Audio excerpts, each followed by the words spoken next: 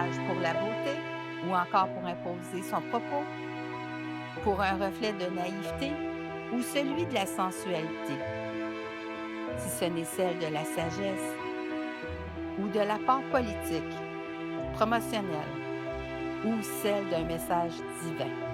Accompagnez-moi dans ce parcours et nous verrons ce qu'il en est. Bon visionnement. Bien le bonjour à vous tous. Nous sommes maintenant au deuxième volet de cette même image de la deuxième présentation. Une image pour son propos, pour l'émission Un clin d'œil pour un coup d'œil.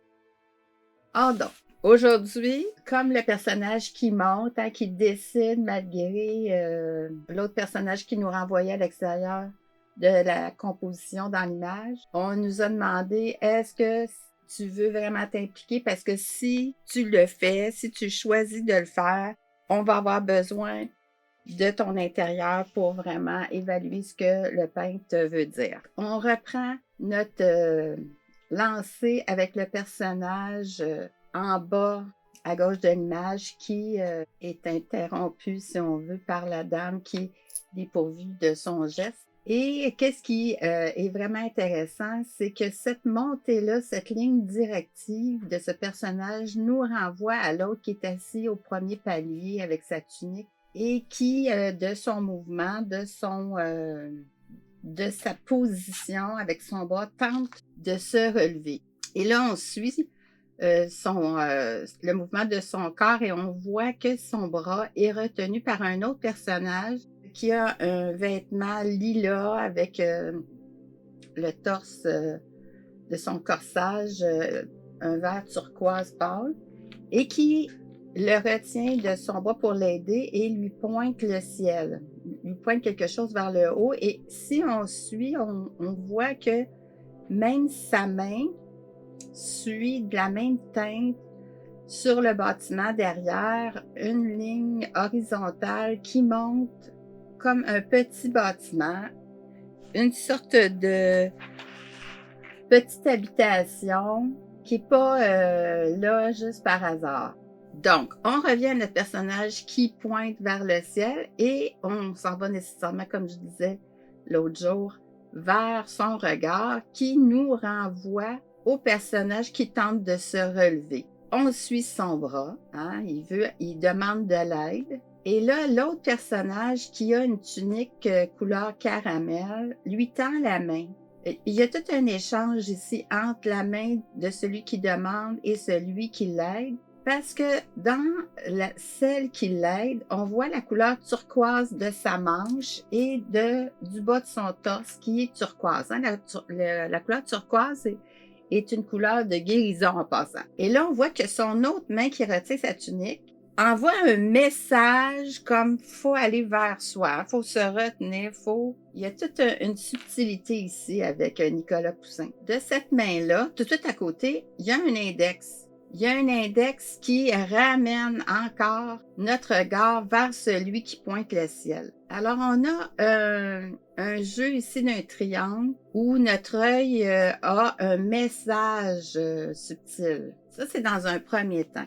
Après ça, quand on se met à y réfléchir, parce que ça, c'est voulu par Poussin, quand on se met à y réfléchir, on devient un petit peu comme si on était en train de méditer. Hein? Et quand on se met à méditer, eh bien là, il y a quelque chose d'autre qui se forme.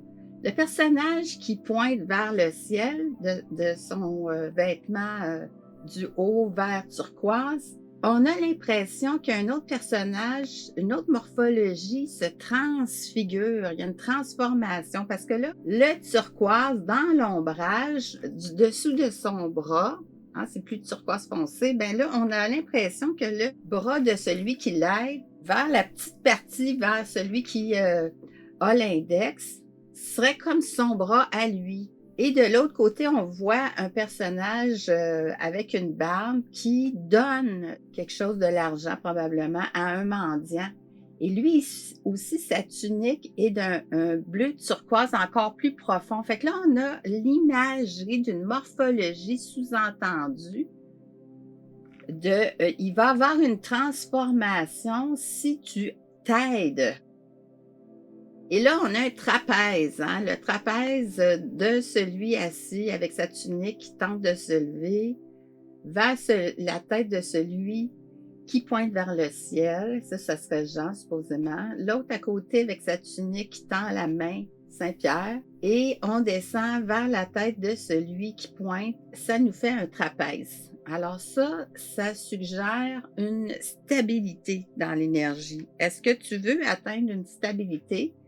Si oui, il faudra que tu t'aides. Et là, on renforçait encore plus le message quand on redescend, parce que là, on a eu l'impression qu'on montait une pyramide, un triangle à partir de l'homme de gauche vers celui qui pointe. Et là, on veut redescendre de l'autre côté, mais on redescend en zigzag. Pourquoi? Parce qu'il y a un message encore plus sous-entendu. Alors là, de l'autre côté, quand on regarde le personnage qui pointe, il regarde pas, lui, la scène, mais il en fait référence.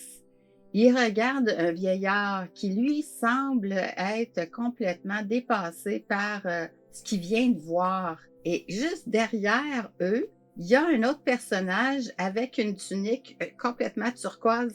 Son capuchon recouvre la tête et lui est aussi subjugué par qu'est-ce qui vient de se passer. Et il veut pas entrer dans la composition. Il y a une main qui en revient pas et l'autre qui dirige la personne vers qu'est-ce qui s'est passé. Et lui doit absolument prendre conscience de qu'est-ce qui se passe parce que c'est plus que jamais il aurait pensé. Et qu'est-ce qui est aussi fantastique dans cette composition-là, ce que Poussin a voulu nous dire, parce qu'on aura compris que c'est une scène de guérison,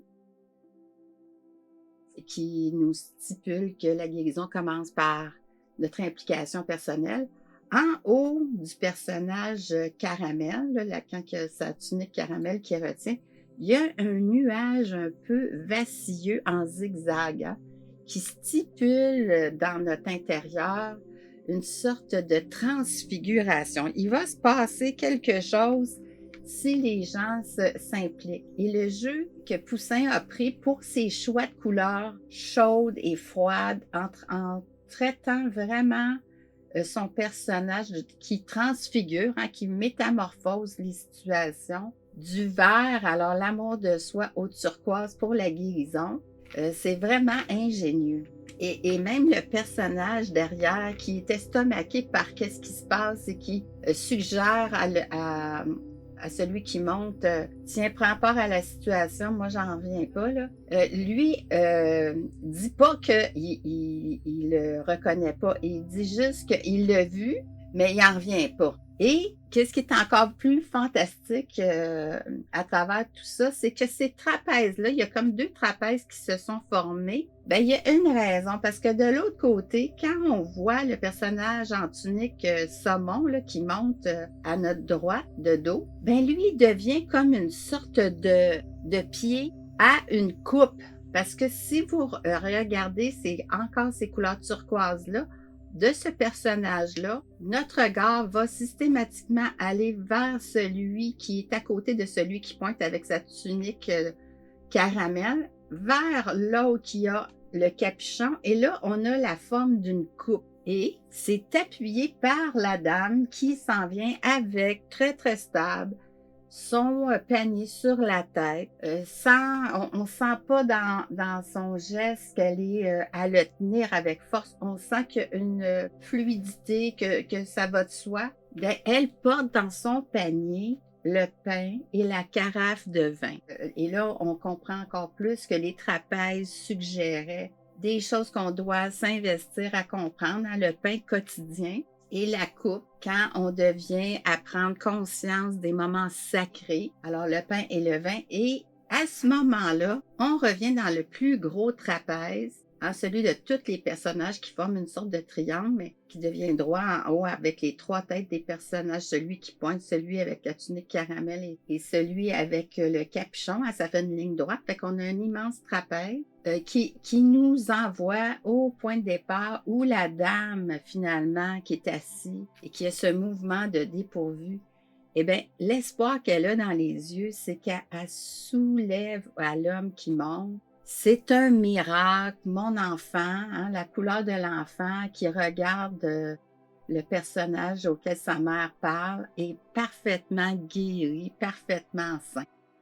Alors, c'est une composition, comment je peux, révélatrice pour le message, le propos qu'elle renvoie. Poussin était un génie dans cette forme de message. Il en a fait plusieurs. Fait que, comme je vous l'avais dit, elle s'intitule Saint-Pierre et Jean guérissant l'homme boiteux, j'avais oublié de vous dire ça, de Nicolas Poussin. Et vous pouvez aller voir cette œuvre, entre autres, au Metropolitan Museum of Art à New York, mais il y en a fait plusieurs que vous pouvez trouver dans les livres ou dans d'autres musées sur notre planète.